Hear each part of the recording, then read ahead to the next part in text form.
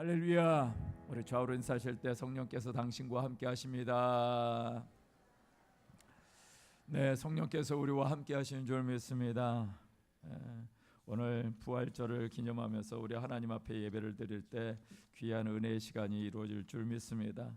자, 마태복음 28장을 근거로 해서 예수님이 부활하셨습니다 라는 제목으로 은혜를 나누기를 원합니다. 마태복음은 이제 메시아 되신 예수님의 행적을 선명하게 기록을 하고 있습니다. 그런데 특별히 마지막 28장은 예수님의 멸시와 조롱 그리고 폭력적인 대우와 십자가의 죽음의 이후, 고난의 이후의 시간, 그 사흘 만에 부활하신 예수님의 사건을 다루고 있습니다. 제가 설교를 준비하는데요, 갑자기 컴퓨터에 메시지가 뜨는 거예요. 그래서 그 메시지를 보니까 메모리가 부족합니다 라고 떠 있더라고요. 그래서 설교 작성을 하는데 별 문제가 없어서 그냥 무시하고 설교문을 작성을 했습니다. 그러다가 최종적으로 저장하려고 자판을 딱 누르는 사이에 화면이 까맣게 변해버렸습니다. 무슨 의미인지 아시죠? 예, 꺼져버린 거죠. 화면이 정지돼 버렸습니다. 컴퓨터가 그냥 켜져는 있는데 컴퓨터가 정지가 된 것입니다. 부활하시는 줄 알았습니다. 예, 기도가 절로 나왔습니다. 주님, 이 원고가 최종적으로 저장하다가 꺼졌는데 살아나게 해주십시오 라고 하면서 졸이는 마음으로 컴퓨터를 다시 켰습니다. 예, 원고가 부활하셨습니다. 예, 그래서 이 자리에 지금 섰습니다. 오늘 말씀에 보니까 부활하신 예수님을 목격한 여인들의 모습이 나옵니다. 무슨 뜻인가? 이 여인들의 삶의 순간을 통해서 말하고자 하고 있는 것은 부활이 추상적인 개념이 아니다라는 것입니다. 여러분들에게 한번 묻고 싶습니다. 여러분들에게는 부활이 어떻게 느껴지시고 어떻게 다가오시는가요? 성경 말씀을 통해서 예수님이 보여주신 부활이 정말 믿어지시고 또 감격이 되실까요? 할렐루야. 예, 그런 은혜가 있게 되시길 축복합니다. 예, 오늘 본문에 나오는 여인들처럼 부활하신 예수님을 감격으로 만나고 또한 그것 가운데 사명을 발견하는 우리 모두가 되시기를 예수님의 이름으로 축원드립니다. 첫 번째 말씀은요, 부활의 예수님을 만난 자가 되십시오 라는 것입니다. 함께 읽어볼까요? 부활의 예수님을 만난 자가 되십시오. 할렐루야. 예, 부활의 예수님을 만난 여러분들이 되시기를 축복합니다. 안식 후 첫날 되려는 이 새벽에 막달라 마리아와 다른 마리아가 무덤에 갑니다.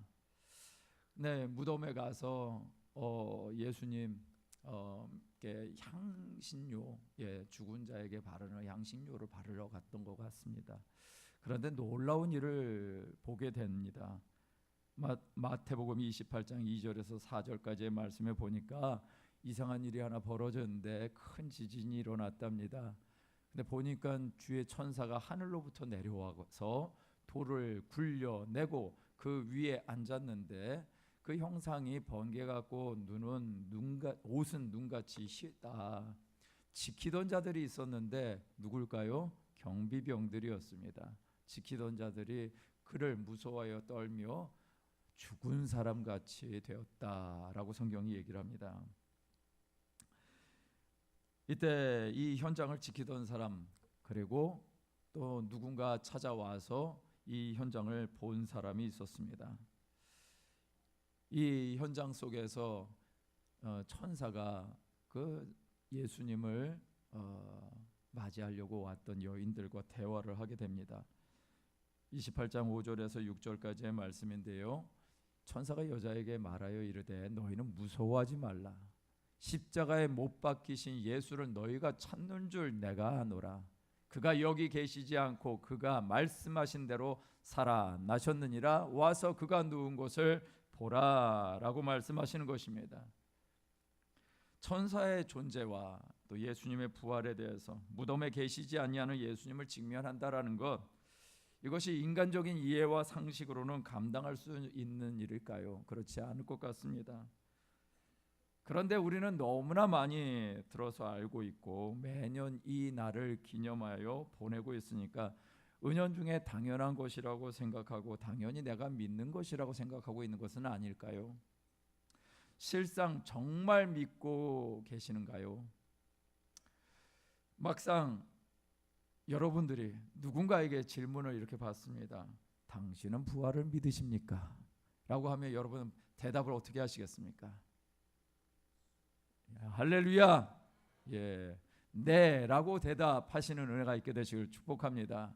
그런데 우물쭈물하다가 간신히 대답하시는 분들도 있어요. 이 반사적으로 나와야 되는 이 대답이 우물쭈물하면서 대답을 할 때가 있더라는 것이죠. 왜 그럴까?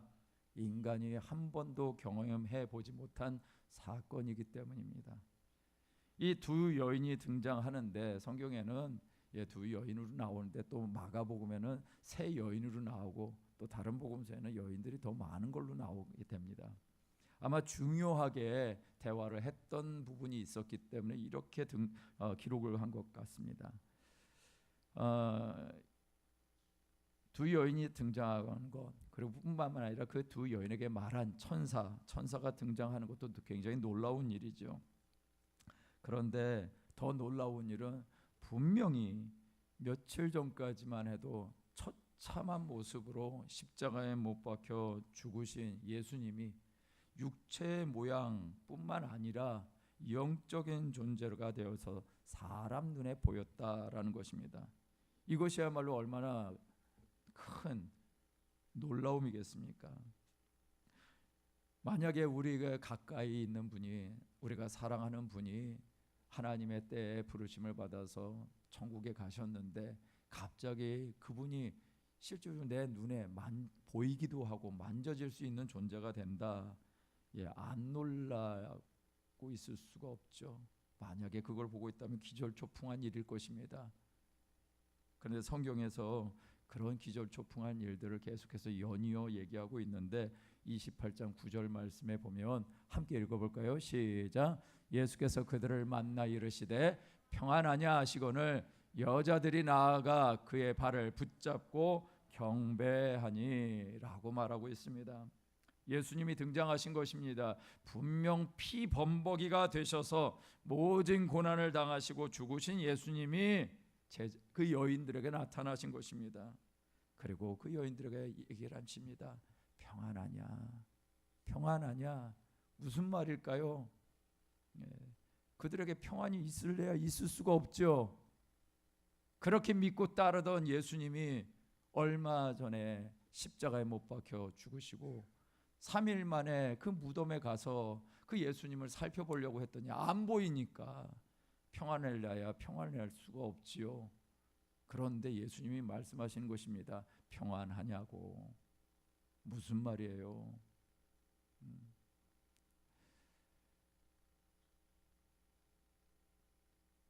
예수님이 말씀하신 것이 분명히 있었습니다.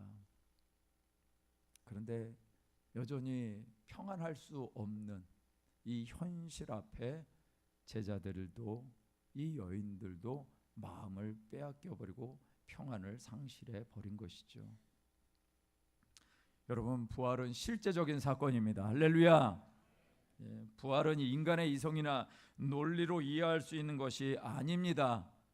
그래서 우리는 부활을 믿어야 하는 것입니다. 믿어야 돼 하면서 쇠뇌를 하듯이 주문을 외우고 믿어야 하는 것이 아니라 실제적인 사건이기 때문에 우리는 믿어야 하는 것입니다.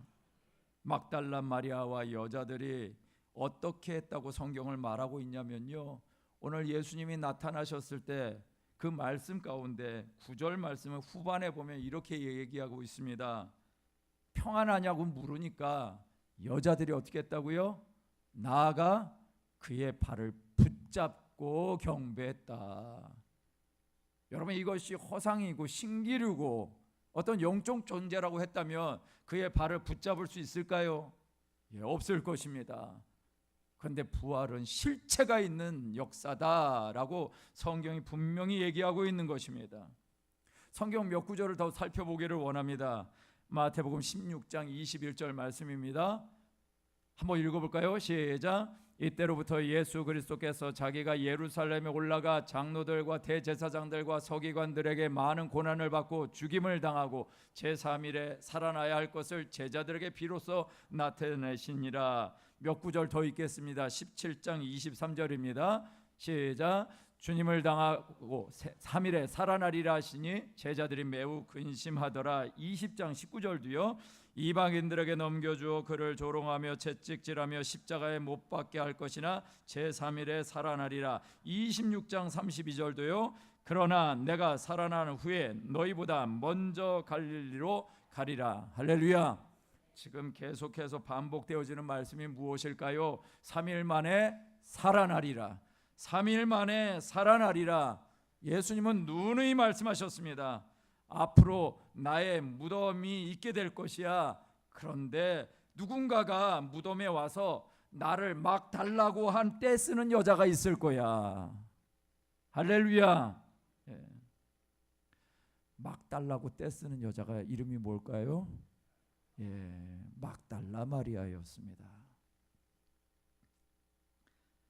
이것이 단순히 그냥 갑자기 벌어진 사건이 아니라 예수님은 누누이 말씀하셨던, 이것이 반드시 이루어질 것이라고 말씀하셨던 사건이다. 이 부활은 그저 말로만 있는 것이 아니라 삶으로, 현장으로 너희 눈에 보여지는 역사, 실체가 될 거야 라고 말씀하시는 것입니다. 그런데요, 한 가지 생각해 볼 것이 있는데요. 왜 여자들이 먼저 갔을까요? 제자들은 뭐 하고 있었을까요? 도대체 제자들은 왜 그 현장에, 처음 그 현장에 없었을까? 제자들의 반응, 이 여인들이 와서 예수님이 부활하셨다고, 예수님이 우리와 대화했다고, 우리가 그 발을 만졌다라고 얘기를 했는데, 이 병행 구절인 누가복음 24장 11절에서 12절에는 이렇게 말하고 있는 것입니다. 사도들은, 무슨 말입니까? 예수님의 제자들이죠. 사도들은 그들의 말이 허탄한 듯이 들려 믿지 아니했다. 베드로가 일어나서 무덤에 달려가 봤는데 가서 보니까 세마포만 보이더라. 그 된 일을 일어나 놀랍게 여기며 집으로 돌아갔다. 여러분, 이 말씀 가운데서 진짜 제자들이 예수님의 부활하신 그 부활의 역사를 믿었다라는 뉘앙스가 느껴지십니까? 아닌 것 같죠. 사도들이 그 여인들의 말을 들으면서 허탄한 듯이 들었다라고 얘기를 합니다. 이것이 제자들의 모습뿐일까요? 오늘 살아가는 많은 성도님들이 예수님의 부활도, 예수님으로 인하는 구원의 확신도 갖지 못한 상태에서 종교 생활을 하고 있는 것은 아닐까요? 결국 예수님이 제자들 앞에 나타나십니다. 허탄하게 생각하고 있었던, 예수님의 부활 소식이 허탄하게 들렸던 제자들에게 예수님이 나타나십니다. 먼저 나타나셨을 때 하필이면 그 자리에 없었던 제자 한 사람이 이렇게 말합니다. 요한복음 20장 25절 말씀해 보니까 다른 제자들이 그에게 이르되 우리가 주를 봤다라고 했더니 도마라고 하는 제자가 말합니다. 내가 그의 손에 못자국을 보며 그 손가락, 내 손가락을 그 못자국에 넣으며 내 손을 그 옆구리에 넣어보지 않고는 절대로 믿지 않겠다라고요.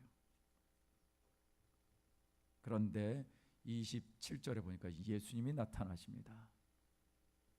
네 손가락을 이리 내밀어 내 손을 보고 내 손을 내밀어 내 옆구리에 넣어보라.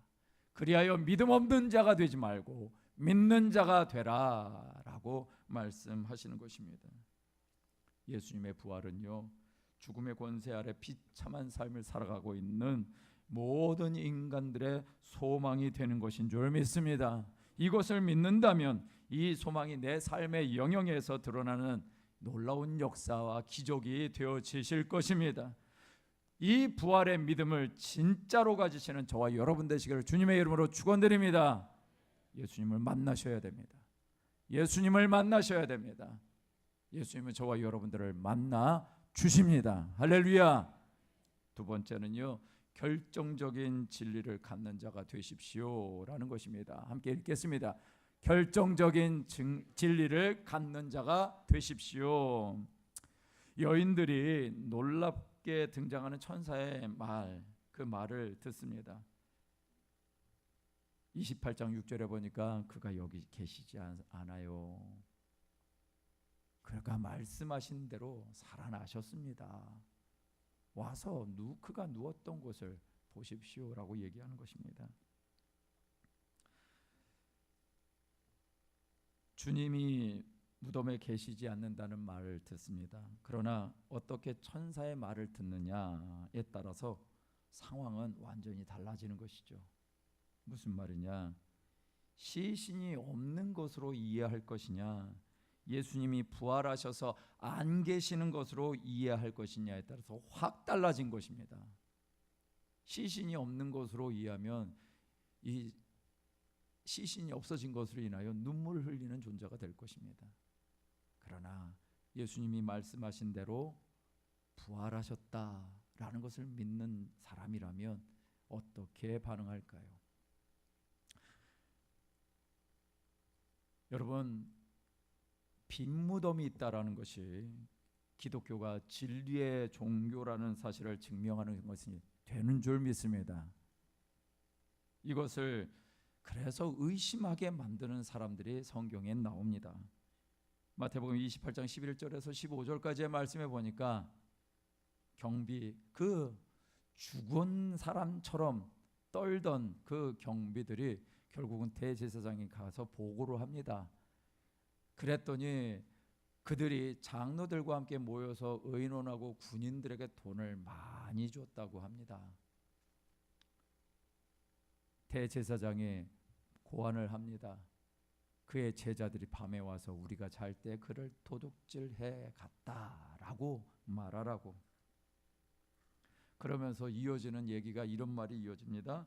만일 이 말이 총독에게 들리면 우리가 권하여 너희로 근심하지 않게 하리라. 무슨 얘기예요? 뒤에서 내가 봐주겠다라는 소리 아니에요. 여러분, 여기에 보니까 예수님의 부활하신 사건을 직접 목격한 사람이 있고, 그죠? 누굴까요? 경비병. 그 목격한 사람이 그거를 전달해서 그 부활의 사실을 들은 사람이 누굴까요? 대제사장. 그런데 이것을 듣고 있었던, 이것이 분명히 진리임에도 불구하고 진리를 왜곡하는 일들이 벌어지는 것이 이 세상이다라는 것입니다. 그런데요, 소문을 이렇게 만든다고 해서 이것이 계속 유대인들 사회 가운데 소문으로 퍼져나갑니다. 제자들이 예수의 시체를 훔쳐가 놓고는 부활했다라고 그렇게 만들었다고. 소문을 만든다고 해서 예수님의 부활이 부정이 될까요? 세상 모든 종교 지도자들은 무덤이 있습니다. 부처는 무엇을 모시고 있죠? 살이라는 것을 모시고 있죠. 무슨 얘기예요? 죽었다라는 증거죠. 공자도요, 무덤이 있고요. 마호메트는 무덤이 메카에 있는데 순례자도 어마어마한 인파가 몰려서 순례하는, 또 참배하는 그런 무덤이 있죠. 모두가 죽음을 경험하고 무덤이 있습니다. 그러나 예수님은 무덤이 없습니다. 아니, 아리마대 요셉이라는 사람을 통해서 그 배려로 무덤이 있었습니다. 그러나 예수님은 무덤에 계속 계실 수 없었습니다. 예수님의 무덤은 빈 무덤일 수밖에 없는 것이죠. 예수님이 요한복음 11장 25절에서 26절에 이렇게 말씀하셨습니다. 나는 부활이요 생명이니 나를 믿는 자는 죽어도 살겠고 무릇 살아서 나를 믿는 자는 영원히 죽지 아니하리니 이것을 내가 믿느냐라고 말이죠. 예수님은 부활의 말씀을 하시면서 우리가 어떤 존재가 될 것인가를 강력하게 말씀하셨습니다. 나를 믿는 자는 죽어도 살겠다. 할렐루야. 이것이 부활인 것이죠.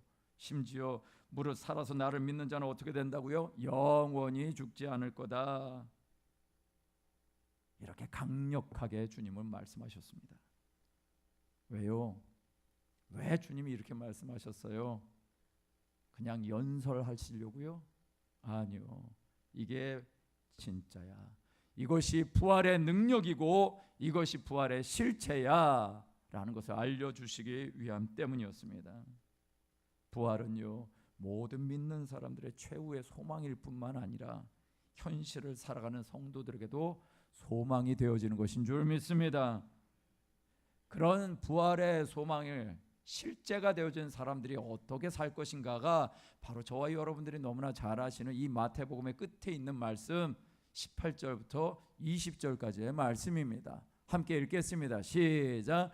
예수께 나와 말씀하여 이르시되 하늘과 땅의 모든 권세를 내게 주셨으니 그러므로 너희는 가서 모든 민족을 제자로 삼아 아버지와 아들과 성령의 이름으로 내가 너희에게 분부한 모든 것을 가르쳐 지키게 하라. 볼지어다 내가 세상 끝날까지 너희와 항상 함께 있으리라 하시니라. 할렐루야. 예. 결정적인 진리를 갖고 있는 사람들이 어떻게 살아가는가 보여주는 말씀이 바로 마태복음 28장 18절에서 20절까지의 말씀인 것이죠. 부활을 경험한 사람들이 어떻게 사나요? 사명을 받게 되어 있습니다. 어떤 사명이요? 예, 이 복음을 전하는 사명을 갖게 되어 있더라는 것입니다. 역으로 말하면 무슨 얘기일까요? 복음을 전하지 않는다? 부활을 믿는다, 안 믿는다? 예, 이렇게 된다라는 것입니다. 그렇다는 얘기는 저와 여러분들이 부활을 믿는다면 부활하신 예수님을 증거하며 살아가는 것이 결정적인 진리로 살아가는 존재가 되어지는 것인 줄 믿습니다. 이런 삶을 사시기를 주님의 이름으로 축원드립니다. 말씀을 마무리하면서요, 예수님의 부활이 증명하고 있는 것이 무엇인가? 예, 또 하나 역으로 하면은 무엇이냐면 주님이 사망을 정복하셨다라는 것입니다. 그래서 믿음의 사람들은요, 사망이 주는 두려움 때문에 인생을 전전긍긍하며 살지 않게 된다라는 것입니다. 오히려 그 사망을 정복하신 부활하신 예수님과 동행함으로 능력 있는 삶을 살게 되는 것이지요. 고난주간 묵상집을 쓰신 어느 한 목사님의 책 동행의 은혜라는 책에 한 사례가 있습니다. 2차 세계대전 당시에 죽음의 수용소로 불려지는 아우슈비츠, 그곳에서 있었던 사건 하나를 기록을 하고 있는데요. 나치가 하던 일이 무엇입니까? 매일매일 사람들을 호명을 합니다. 왜 호명할까요? 가스실로 집어넣기 위해서. 사람들을 가스실로 집어넣고 죽이기 위해서 호명을 하는데 어느 날 아침에 이 가요니 체크라는 이 유태인 한 사람이 불려졌습니다. 그는 이 독일 군병, 자기를 호명한 이 독일 군병에게 매달리면서 사정을 했습니다. 저는 젊은 아내와 갓난 아이가 있습니다. 죽으면 안 됩니다. 하소연을 하는 것, 사정을 하는 것입니다. 근데 들어줄까요? 안 듣죠. 안 듣고 있을 때 사정하면서 눈물 범벅이가 되어 있는 이 청년을 향해서 갑자기 어떤 신부님이 앞으로 나가서 얘기를 합니다. 이 신부님이 이렇게 얘기를 하는 거예요. 내가 끌려갈 예정일이 얼마나 남았습니까? 그러면서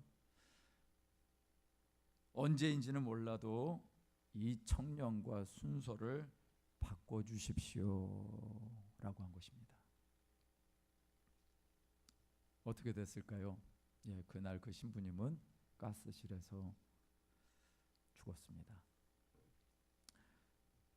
이 가요니체크라는 사람 참 생명이 질겼나 봅니다.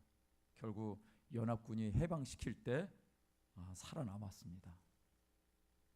그런데 이 얘기가 로마 교황청에 들어갔습니다. 세월이 흐르고 한 20년 지난 후쯤인 1972년 10월에 이 가요니체크를 로마 교황청에서 초대를 했습니다. 그래서 간증을 듣고 그 간증 속에 나온 이 신부에게 성자의 서품을 줬다고 하네요.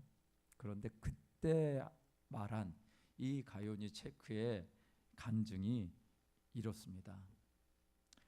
그 잊을 수 없는 아침, 신부님이 나에게 미소를 보내며 끌려가실 때 나는 그토록 많은 사람이 왜 예수를 믿는지 이제야 알았습니다. 그때 나는 골고다 언덕 십자가 곁에 서 있는 것 같았습니다. 라고요.